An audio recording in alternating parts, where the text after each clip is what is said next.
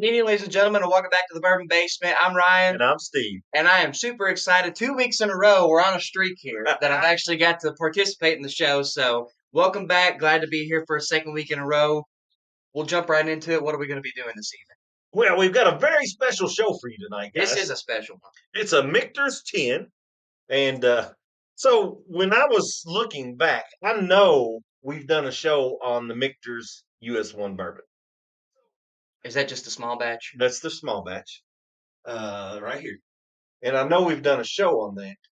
And I went back through the archives there and I was going to rewatch that show because I didn't want to repeat a lot of the history. Is it one of the ones that doesn't show up I anymore? cannot find that show. And I don't know if you all have noticed that we do have shows that we know that we have done, like we remember like was yesterday, and they just don't show up on our page. I don't know what's happened. I don't know if they've been removed. I don't know. But why? I have no idea. Did you do it?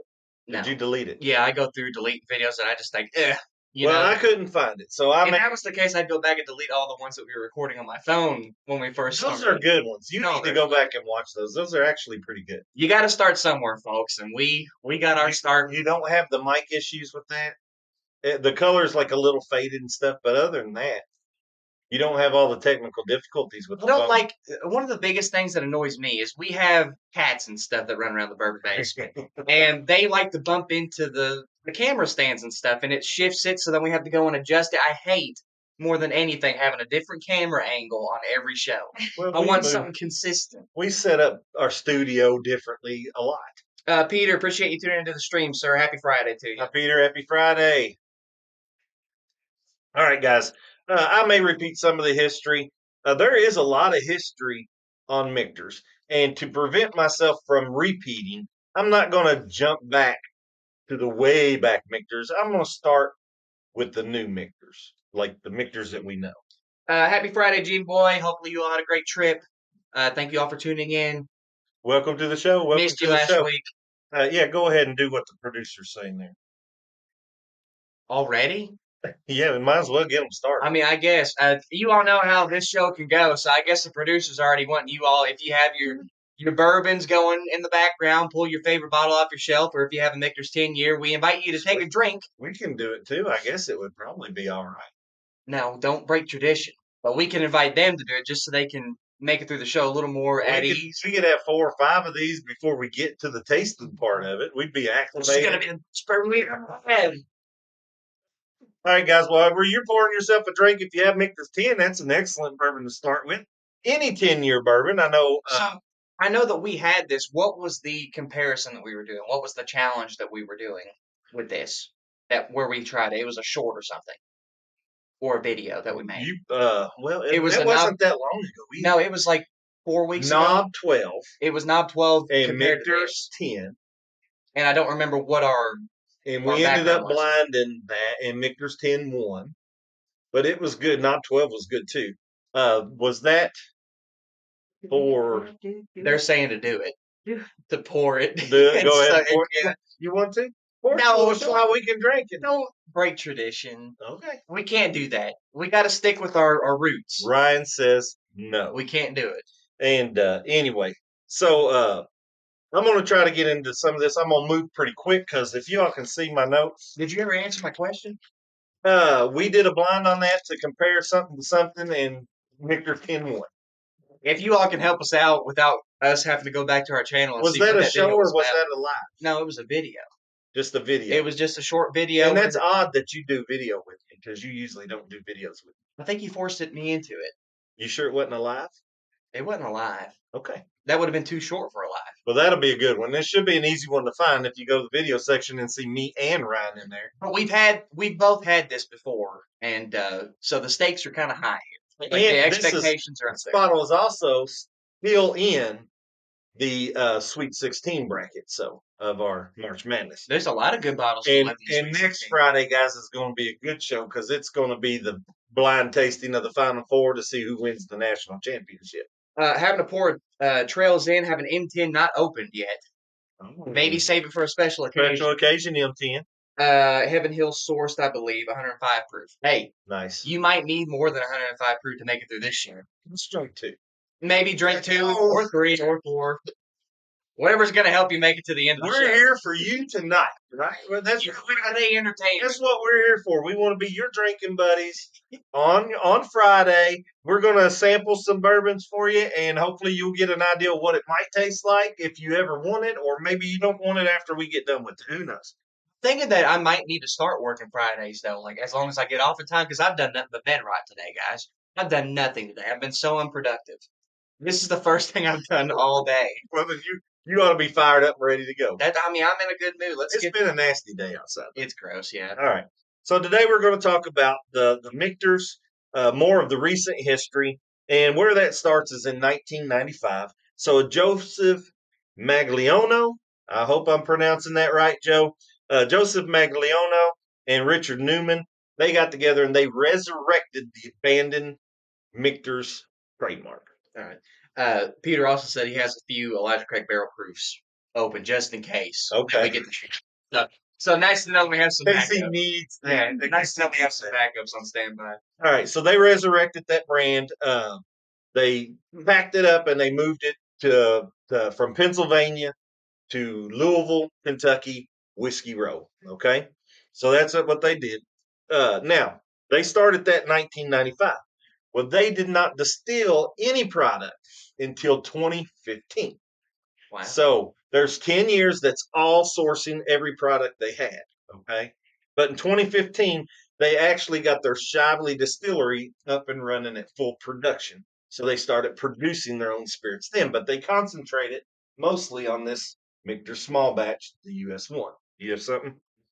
Have an Eagle Rare 10 year, and Hey. my producer is having a double Woodford. Double Woodford. Both of those. Very good. Very good. Very good. 10 year for 10 years right here. So Yeah. now the Shively distillery is a nearly 89,000 square foot distillery. And when they set that up, they mimicked or mirrored the production facility where they were sourcing their bourbons because they want that consistency. Okay. So they sourced for 20 years, basically. No, 95 to 95 to 15, yeah. 20 years. I can do a little bit of math. I know I went to Bourbon County, but Lord have mercy. Well, and you'll be surprised they are still sourcing some because even at 2015, it's probably 2019 before they ever got any. Well, they just now got to release this. Well, this like is last still year sourced. Really? So 2026 will be the first year that they could possibly put this in a bottle. And I'm going to talk about that a little bit more. But the 10 year, the 20 year, and the 25, those expensive bottles that Michter has, those special limited release bottles that everybody wants and draws all that high dollars, those are all source bottles. All right. Now, eventually it may be their own, but not right now. Too young for that. So they sourced that. Now in 2019, so that was 2015, the Shively Distillery got up and going. It wasn't until they give no tours at the 2019 or at the Shively Distillery. Now in 2019, they decided that in the historic Fort Nelson building in Whiskey Row, Louisville, they redid that building and made that like their Michter's showcase. That's where the visitor center is and the gift shop. That's where they give you tours. Now inside there, they have a micro distillery. Did you go on that tour with us? No. Okay, that's a pretty good tour. The only tours I remember going on is in Louisville. Is one we did for your birthday a few years ago. Okay. Well, this one, their micro distillery there. It's at Michter's. It's a pretty good one. It is tight space because it is just a little micro distillery. It's all in one building. Kind of like Evan Williams. Yeah, kind of like that. But Evan Williams is very computerized. And this one is an actual kind of, you can see the distilling that goes on. And that brings me to this part. So they use the actual pot still and the cypress fermentation tanks from their Pennsylvania, 18th century Pennsylvania days. So they brought that with them to Whiskey Row. And but that's all used in the micro distillery. That micro distillery produces about to 1 barrel a day. And in that 1 barrel, they can use that for special releases or limited releases. He said that was us, brother. He went with. Yeah, I knew Gene Boy and them did. Yeah. I didn't know if Ryan did. No. I didn't attend that. Wow. All right. Where did this come from? We're just David Letterman a long time ago, he used to do that stuff, and I love we're him. not a copycat. We are unique. I'm a copycat of David Letterman. I'm not as funny though, but No, we're funnier. I am as good looking. We're funnier looking. All right, so that's just a little bit about how it got to Kentucky and stuff. I think that other episode, the missing episodes of the Bourbon Basement. There's at least 3 or 4 that I can think of that you brought to my attention. I'm just like, I remember doing that. Because I was like, I know we did a show on this. I know we did a show on this. So if you all didn't get to see those, I'm sorry. We're not deleting them. They're the lost episodes. About 50 years from now to be the lost episodes of the Bourbon Basement. We're going to make a compilation of all of them in about 50 years if YouTube's even still a thing. But I went back to the old history of that and how Michter's got its name and everything else. And that's how I really remember that I did the show. Yeah. So anyway, all right. So now let's talk about this particular bottle, this 10-year-old limited edition Michter's bourbon. Single barrel. Sorry about that. It is a single barrel. I'm going to drink, see what's this. I don't think I've ever seen him take a drink of water like as he's doing history. I'm over here chugging my entire thing. I'm just like, I'm getting tired just listening to him. All right. So this Michter's was first released, the single barrel 10-year was first released in 1997. It's been a limited edition, once a year release since then, has been released every year except for 2022. And it's always a 10-year. Well, they do a 10-year. I don't know how often the 20 and the 25-year are released. And I hope one day I have a bottle and then I'll look into that a little bit more. But until I can get a bottle, I'm not going to worry about it. Did they go cheaper MSRP than the Pappy's? No, I don't think so. Really? Actually, I think the MSRP, like a lot of these special bottles that you get from these other distilleries, they're actually more expensive MSRP, but they're less expensive secondary. Pappy just has that name, that marketing, that the thefts and all that mystery around it. So that's kind of why that. But it's a hoax. But as far as MSRP goes, if you can get them at MSRP, the Pappies are pretty reasonable for the years that they have. Whereas some of the, like Michter's 2025, I mean, I don't know how much they are, but I know that there's been a bourbon drop that had a 20 and it went through like 12 people that didn't buy it because it was so expensive and they just took other bottles first before somebody actually bought it. We'll get one day. We will one day. And if I am the lucky one in the lottery and it's up there, I'll probably pay that money. We'll go into I'll max out a credit card. I'll take a third mortgage on the house. You have to call your credit card company. I need a extension. I said, this ain't enough. Steve, you don't owe anything on that credit card. I need more. I got to try them all once. I need more. I'll try them all once. Some of the ones I've already decided it's going to be going to a nice bar and trying to pour because I'll probably never have the bottle. Sure you will. I'll try a pour and then buy the empty bottle off somebody else. You'll be on your deathbed and be like, here, max this out, get everything you can. Anyway, so I think I was limited release. All right, so this bourbon is sourced, and we talked about this a little bit, but 2026 will be the first year that Michter's can use their own distillate in this if they choose to do so. I don't think they will. And let me explain why I don't think they will. I think they'll always source this, the 20 and the 25. If it ain't broke, don't fix it. Well, and the reason I say that, that's a lot to do with it. But when most people pick a single barrel, and that's what this one is, guys, Michter's 10 years, a single barrel always has been. But when most people pick a single barrel, they pick it because that barrel stands out for itself. It doesn't need to be blended to be good. It doesn't need to be blended because that barrel is a one-of-a-kind barrel. It's very good, and it's unique. And most single barrels are unique to themselves. So you could have a single barrel of, Blanton's. One single barrel can taste different from the other single barrel. I mean, it's just single barrels are on their own. But since 1997, when this one come out, I have heard it. I've never tried another one. This is the 2025. I've never tried another one.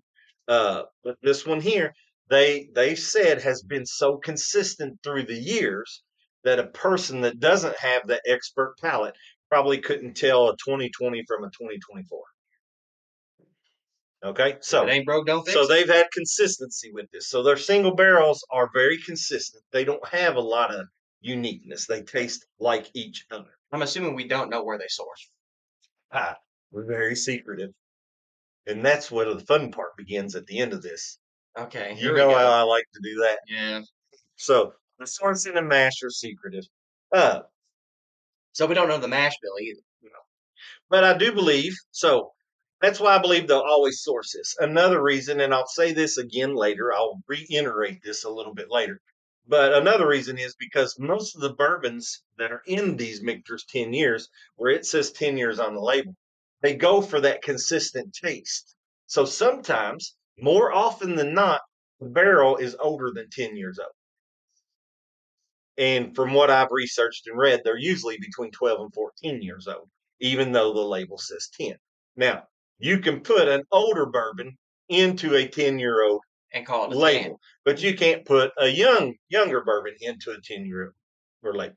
Okay, so I think you got something. I've heard that some of the single barrels were actually 14 or more, and that's exactly what you just said. I said the 12 to 14 is what I was reading and researching. So yeah, they can be. And for It is a me, possibility. if I and Michter's they want the consistency, so instead of changing that label when they have a 12-year bourbon, instead of saying 12 If it years, tastes the same as the other one, they just keep it consistent. So they just keep it at a 10-year. I like that. Even though it's a 14-year-old barrel sometimes, maybe more. Okay. But anyway, You're just getting a discount at that point. now this is another speculation out of me. So that I speculate that they'll keep sourcing. But this is another speculation. Fake news. This is one that if they don't keep sourcing and they want to use their own product, I can see that if you, Consistency going down. well, I can see to be consistent that they may blend it and not release this as a single barrel and just release it as a 10-year Michter's and start blending their own product because they have 10-year-old product now. Start blending their own product with their source product to get that blend and then maybe eventually just going all to their own product I mean, and not using their source products at all. this is so deep in their roots at this point. How much experimentation would it take to even get to that consistency? I don't And know. are they even willing to risk that? I wouldn't. I wouldn't risk. I wouldn't risk it. I would leave it just like it is. I'm sure they're profitable with No, this. I'm sure. And the Shively distillery, they said it mirrored the distillery and mirrored. So I'm guessing when they say mirror, I'm guessing they have the same kind of tanks, the same kind of fermentation tanks. I'm sure that everything, whatever metal they used in one, they use it in another. Whatever kind of steel they had, they have the exact steel as the place that sources their burn because they said it mirrored it. So they want everything to try to be consistent with the taste. Now, this bourbon right here, this is all Michter's product now. They don't source this anymore. That is them. That's That's them. still. But now they're getting to the age stuff. So I think they're going to keep sourcing. But if they don't, they might start blending their stuff into that source bourbon to try to get that taste to mirror that blended bourbon. And the reason I say that is because if you look back at the 20 and 25-year bourbons, they used to be single barrels as well. But in 2023, 2024, 25, or maybe 24 and 25, it is not a single barrel either. It's a blended bourbon. It's not blended with their own stuff because they don't have any 20 or 25 year, but it's a blended bourbon. It's not a single barrel. So I can see maybe that happening as well. But Anywho, we don't know. All right. So off of that, back to this. all speculation. What makes this bottle? What makes this bottle special? So this bottle, when it came out in 1997, they come out with a single barrel bourbon. There wasn't many single barrel bourbons in 1997. That just wasn't a thing. Blanton's was the first one to come out single barrel. And there wasn't many other brands doing that. So when Michter's come out with a single barrel, it was another single barrel on the market, which drew attention. Then they put a 10-year age statement on their single barrel. So then they're like, hey, it's 10 years old. Single. and it's a single barrel. So that made it even more appealing. Then they come out at 94.4 proof, which was the highest proof single barrel on the market at the time. Kind of low nowadays, though. It seems low for like we got a lot of barrel proof stuff now, but 94.4 and 97, that was the highest single barrel on the market. So they got a massive following, and it's good, and it was good. So they got a massive following really fast, and it's continued every year since 1997 because of collectors and everything else. Collectors and connoisseurs of bourbon. Anyway, so that was one thing that made it special. Another thing that makes it special, even though this product is sourced or contract distilled, and we know the difference in sourcing and contract distilling, and I can't figure out if this is sourced or contract distilled. What I read makes it sound like it's sourced, but some articles say they contract distill it. And the contract distilling is where I say, hey, make this way. And I give you a recipe, you make it the way Just I because want I you to can. make it. Sourcing means you've already made a barrel, and I just go pick it out and say, hey, that's the barrel I want. And then I source that from you. I mean, both of them will make sense. Both of them make sense. I think Michter's wants you to think it's contract distilled, so this could be false, but I think it's sourced, and I'll tell you why that at the end of this when we get into the other guessing Great. games. More speculation. All right. But anyway, even though this is sourced or contract distilled, they do age it at Michter's heat cycled warehouses. So all year long, they heat cycle that. They heat the temperature up on those barrels and then drop the temperature down. They heat the temperature up. So that way that bourbon is going in and out of those barrels all the time for the 10 years plus years. It's an artificial weathering. Yes. So and you got that Kentucky weather, but you also have that heat cycle. Lord knows that it's random enough for all of us. Well, we've had every season, I think, in the last month. Definitely the last month. Uh, okay, the barrel staves and the barrel, that makes this one interesting too. So the staves they use, that they air air dry those. They don't put them in a kiln like some of the other places do. They air dry them, so they're just out to dry, and they do that for 18 to 60 months, which is unusual. And then when they put them in the barrel form and they make the barrel, they toast that barrel before they char that barrel, which is supposed to bring out some more smoothness and unique flavors when you do it that way. So they do that as well. Uh, Another thing with Michter's, and this is with all their products, I believe, Michter's entry proof, barrel entry proof is 103 proof. A lot of people like to go in the barrel about 125. That's kind of like an industry standard. Somewhere around 125, they usually barrel these. Michter's has a low entry proof. So what that means is that they add a lot of water to it to proof it down before it goes in the barrel. So when they proofed it down to 103, all that water that they added is actually aging and mixing with that bourbon from the beginning instead of just letting it sit there at 125 and then proofing it down to 94.4 and adding a lot of water at the end of its life before it gets bottled. So it means less water goes into The final stages. yes. So it's all aged water, aged with the bourbon. And we already said this. Well, we already said this. Michter's 10-year, usually older bourbon is in that 10-year. It's not usually 10 years old. That is because they have a flavor that they want since 1997. They want that same flavor. And I guess maybe it was 10 years old in 97 and it tasted like that. Now maybe it's taken 12 to 14 years to get that same flavor. So they're putting those older barrels in there. Boom. I was throwing at the camera that time, 3D effect. Yeah, you're going to hit the camera, Did knock you- it over. Here we go. That's why I was glad it curved at the end. Gosh. All right, so now we We're get to creating that. our own technical difficulties. Now we get to that fun stuff that I like to do, the speculation part. So when a bourbon brand doesn't tell me where it's sourced and they don't tell me their mash bill, that's where I get the dive. I get the deep dive down some rabbit He makes holes. it his mission. I to get find to out look anything. through magazines from the 1820s. No, I don't go that far All back. newspapers. But I do. I try to research a bunch of different articles that they have. You see these hieroglyphics? Yeah.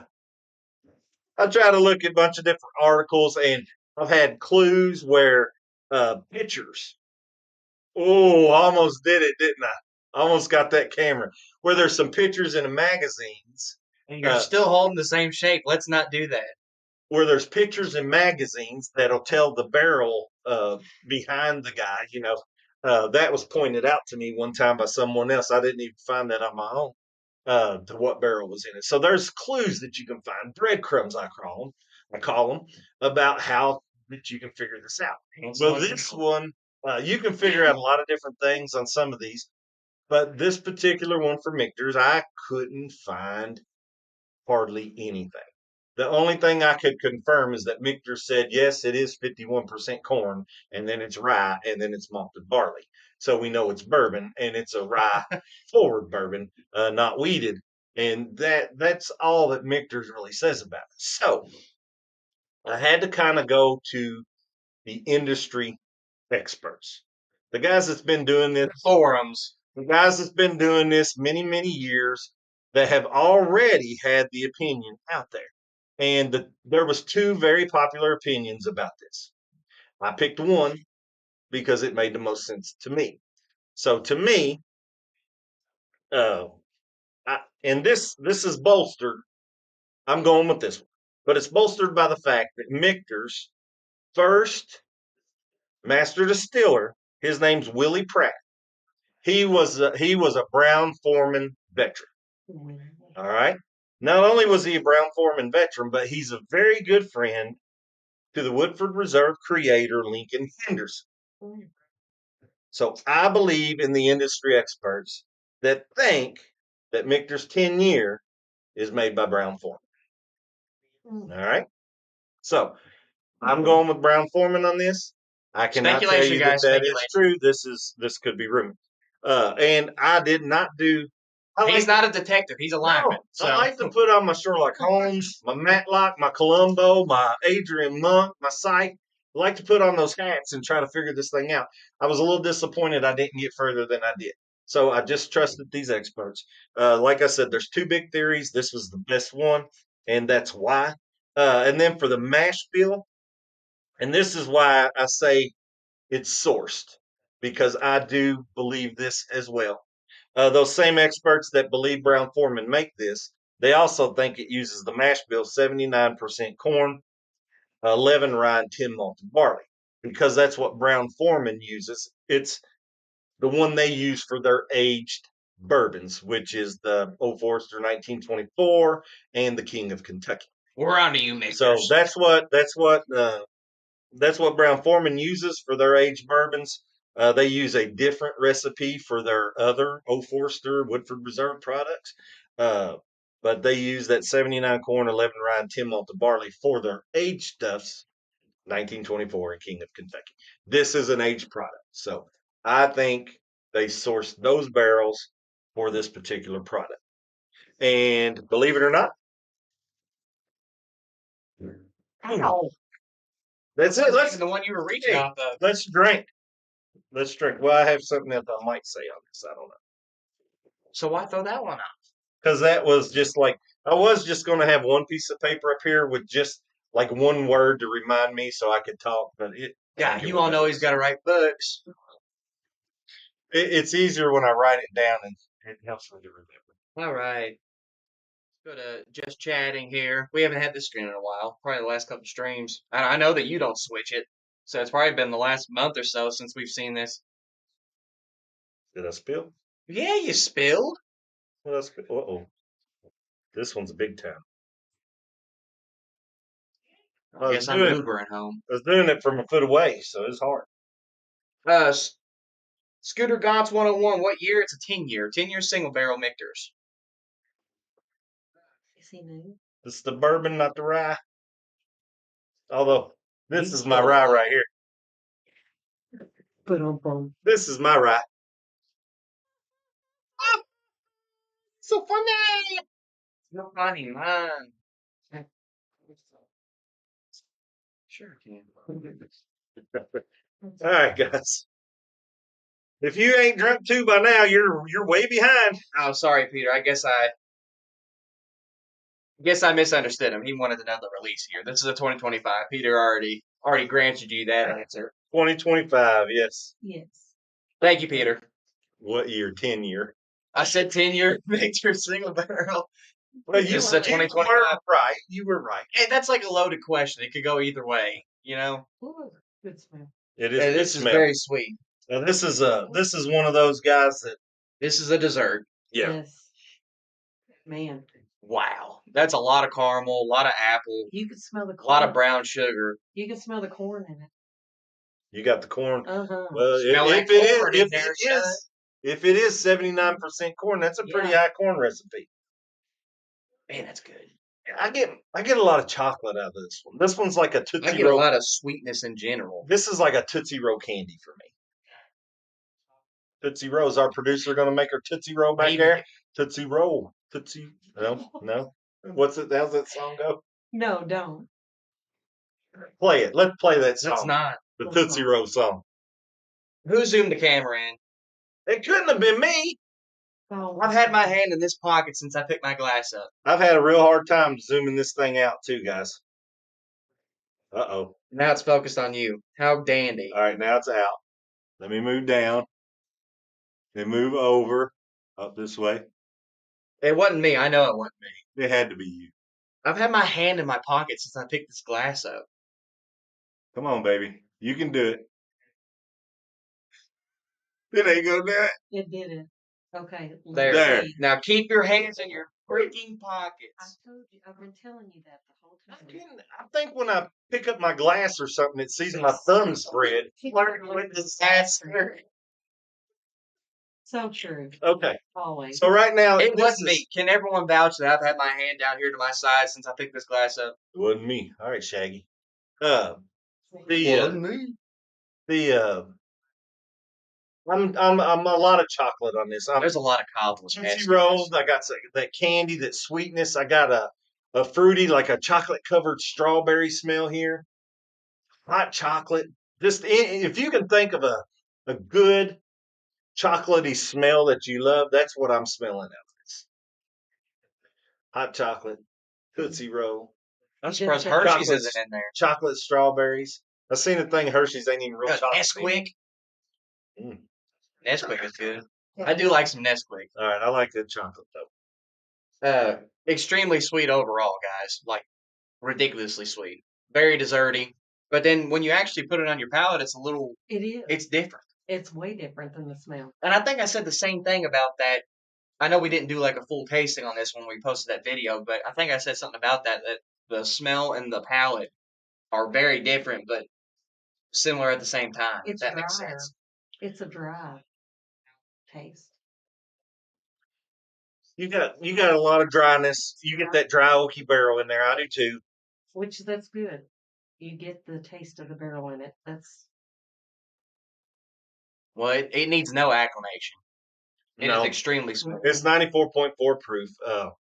It doesn't drink like a 94.4 proof. I mean, it doesn't have any heat really. I mean, I think It even drinks for like an a, 80 proof. I think Yeah. even for a non-drinker, yeah. this is very smooth. yeah. It's beginner friendly, guys. Because I mean, I've had some 80 proofs that go down rough. This one is smooth. It's a subtle sweetness with that dry oaky flavor as well. Take a shot of that 80 proof. What was in that? 80. I didn't smell any cinnamon, but I got a little bit of cinnamon toast in here. Cinnamon toast. That's See, I was exactly gonna what say I'm that I got a little bit of cinnamon, but I think that kind of went into when I said that there was a cobbler-esque kind of thing going Yeah. on. Me, it's like a real savory, like you got your toast and you put a ton of butter on it and a little bit of cinnamon. Tiny bit. French toast. Yeah, and make it just a buttery toast. Or just cinnamon toast. It does. Honestly, you get the But- butter, brown sugar, cinnamon. But when it finishes, are you not getting some kind of like a mintiness? No, I don't get it. I get a mint finish. I don't know if that's a good or bad thing. If you like mouthwash, maybe. Well, it doesn't taste like mouthwash. It's almost like I don't know what it is. It's a spearmint Okay. when you're mowing or weed eating and you hit that Oh. minty stuff. It's like that smells. I was going to say, if you're talking about spearmint gum, that's way No, not stronger. gum. One thing I smell when I'm mowing is grass shavings and onions. Onions. Well, there is some. I think it's some Mint. spearmint that's around here or something that when you hit. Um, All right, Because who that's the zoomed this smell. time? Oh my God. We're gonna have to get a new camera, and it had to be you. I think my hands was even down that time. Your hands are I never don't raise down. my hand.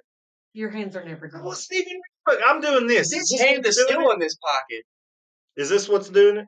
I don't know. Right. Well, how about we stop doing When that? I go back and watch this, you're gonna get fined $100 every time it's zoomed in. I'm moving. I'm keeping my hand low. I'm going up to my mouth low and then off to the side. This hand hadn't left my pocket. That's good. Let us That's a know in good. the comments, guys, who's doing it. That's a good bourbon. I did enjoy it very much. Like I said, I get a lot of chocolate. I'm gonna go ahead and review. Yeah, So I get a lot of chocolate with mine. Tootsie Roll kind of stood out, hot chocolate, but I had a little bit of fruitiness in the smell, and I'm gonna go with chocolate covered strawberries. It was just mostly a chocolate smell for me with a little bit of fruity sweetness, which I thought was really good. It's a really good smell. When I do the taste of it, It's totally just a different than the smell. savory, buttery cinnamon toast.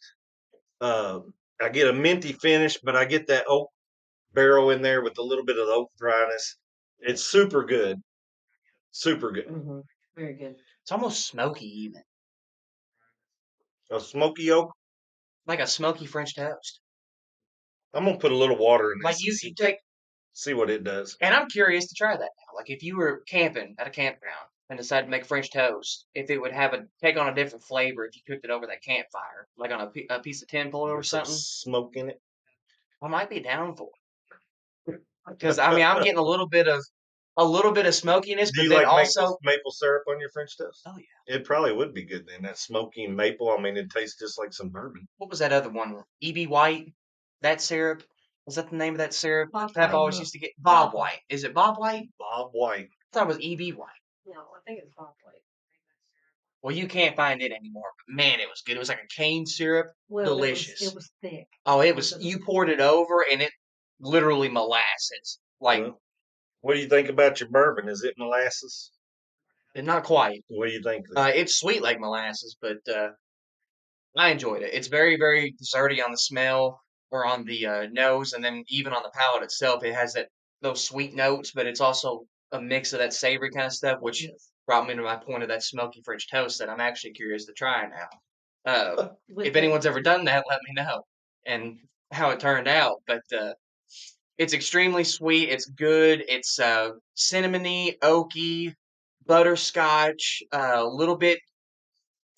I guess I get a fruitiness, and that's like I said on the nose with the cobbler, but I don't know what fruit I'm feeling. He's feeling strawberry. Chocolate covered strawberry. That was in the snap, in the nose. Well, I'm not. It's almost like last week when I could get the fruit and you couldn't. Kind of the same way for me this week. I can't really put my finger on what fruit it is, but it's definitely a slight fruitiness in there. Even a hint of floral, like on the front end of it, but then on the back end, that's when everything else kind of starts taking over. Extremely good though, extremely smooth. Good drink overall. Very good sip. Exactly how I remember it from when we compared it to the Knob 12, because it takes a lot to overtake That a Knob Knob 12 12. was pretty good, and this one in the blind beat it. And as far as price wise, this is a $200 bottle.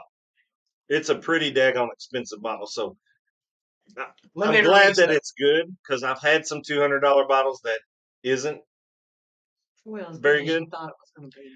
Yeah, because it was disappointing. This one didn't let me down. This one met my expectations of a $200 bottle. Were you done? Do you have anything else? No, that was it for me. When I added water, do you want to add water to yours? No. I think When- I'm actually going to set the water out this time. When I added water, I got that butterscotch taste you were talking about, and it reminded me of butterscotch pudding. As good as M10 is, price point will always be an issue. If I had the money, I'd get the 20. What's that 20 go for? Is it thousands or is it like 600? I'd imagine it's probably about the same as Pappy 12. Well, I mean, MSRP on Pappy 15 is around $330.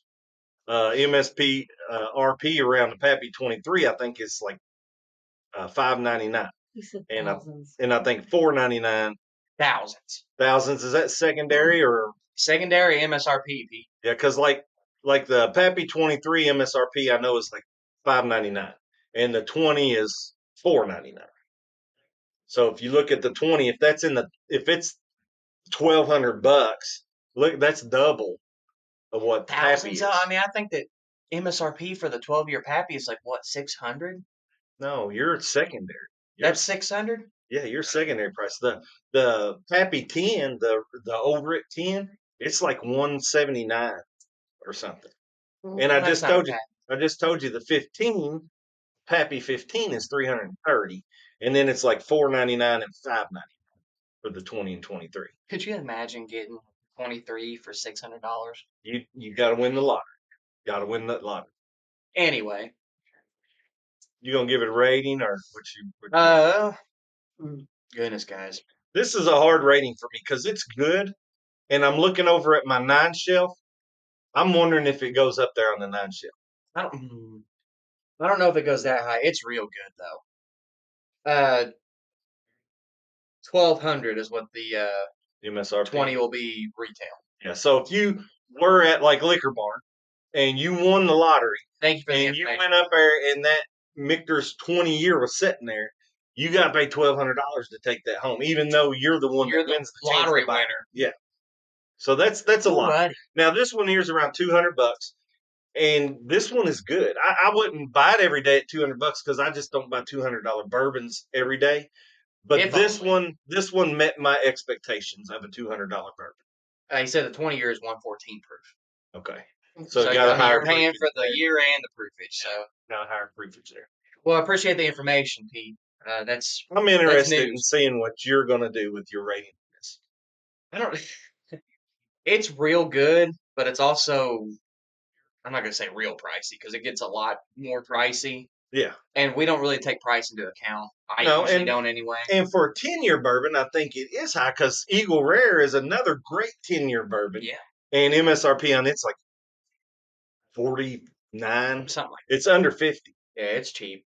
Well, love the color of it, guys. Of course, that always takes part in my book. That dark maple color, really good, really sweet, desserty, and you know that I love those kind of bourbons. But also had that savory aspect. The oakiness came through on this one a little more than other ones do. Ow. Overall, I mean, I don't think it's not going to get a 9 for me, but I think it's going to get like an 8.6. All right, good score, 8.6. And I was curious to what you were going to do with this, and I am going to give it a 9. So it's going on my 9 shelf. It's up there. I think No, it's going on the 8 shelf. My 8.6 brings it down from a 9. Oh man. Well, it deserves to be on the 9 shelf. This one met my expectations on everything. It's an excellent smell. It's an excellent taste. It drinks super smooth. I think price point is high, but it's a hard bottle to find. And I don't think you're going to be able to get this bottle every year. I think that you're going to have to go some years without it until you get lucky enough to find it again. You're not going to just find it on a shelf in a store, I don't think, anytime soon. I think that it's going to be one that you're going to have to hunt for. When you do get it and you buy it, it's going to be worth it. And to share with your friends or to share with anybody else, Special occasion bottle. I think it's going to be worth it. And it's going to be one of those bottles that maybe they're not going to have because if you look at your more expensive bottles, everybody wants that Pappy Van Winkle or that Weller single barrel or, all those the big Blantons that nobody can get. They want all those big names. And Michter is a big name, and this is a big bourbon. And I think But not as big as that. but I think when you pull it out, it'll surprise some people how good that bourbon is. And I think that'll be a good talking point. So I really enjoyed it, and I'm going to give it a 9 flat. As long as I have 2 Knob Creek 12s in the bar, I'm okay. I like the Russell's 10 as well. You can't mention Russell's around this guy over here Why?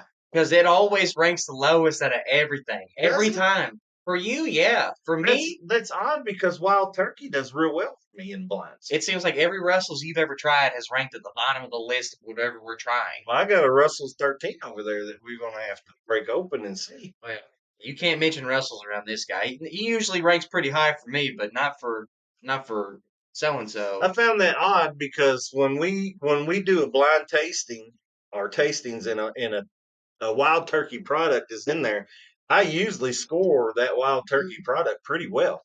So maybe I'm biased against it. I don't know why, because I like Jimmy. Me and Jimmy's friends. Oh yeah, best friends. Best friends. Like hang out every weekend. You're gonna hang out with them. Me right? and Jimmy, and then Terry Bradshaw, me, Jimmy Russell, Terry Bradshaw. We hang out all the time, talk bourbon. Hey, y'all are all going on a tour tomorrow of a distillery, right? I think so. Yeah. Yeah. I think he's supposed to be there.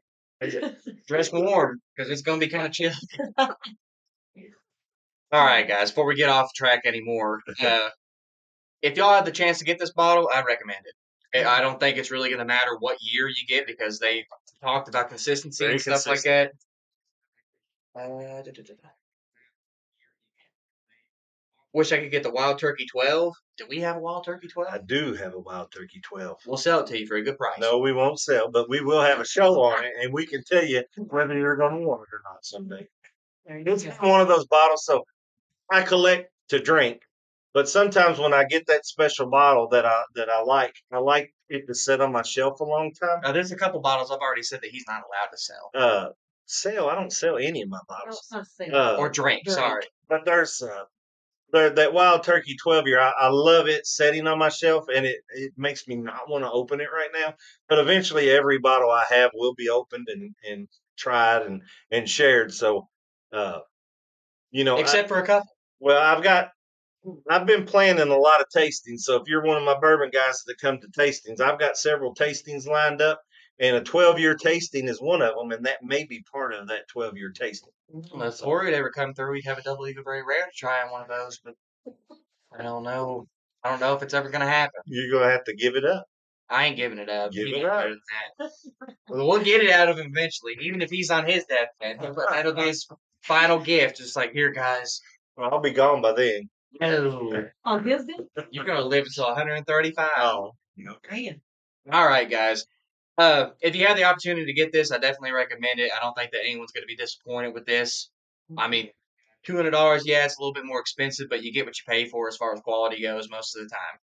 Most of the time, I'll say. Not always. But this one I don't think you're going to be disappointed in. And what else you got to say? that's all. Haven't I talked enough? Don't you always, though? Producer back there saying, yeah, you talked enough. Golly, didn't get you to shut up today. All right, guys. Well, I guess that's going to do it for us. I'm glad that I got to participate in another show 2 weeks in a row after not being here for about a month straight. Hopefully that continues into the next coming weeks, but we'll just have to play it by ear. Thank you all so much for tuning in, giving us a little bit of time out of your Friday evening, kicking off your weekend off strong with us. Once again, if you have the opportunity to get this bottle, I don't think you're going to be disappointed. But all that being said, we will see you all next Friday, 6 p.m. Eastern Standard Time for our next stream. And as always, why drink alone? When you can drink with us. We'll see y'all. Hey, Happy weekend. how about a hug? No. Okay. I'll settle for another warm Kentucky hug and a good one. This is probably better than any hug you can give anyway. Cheers.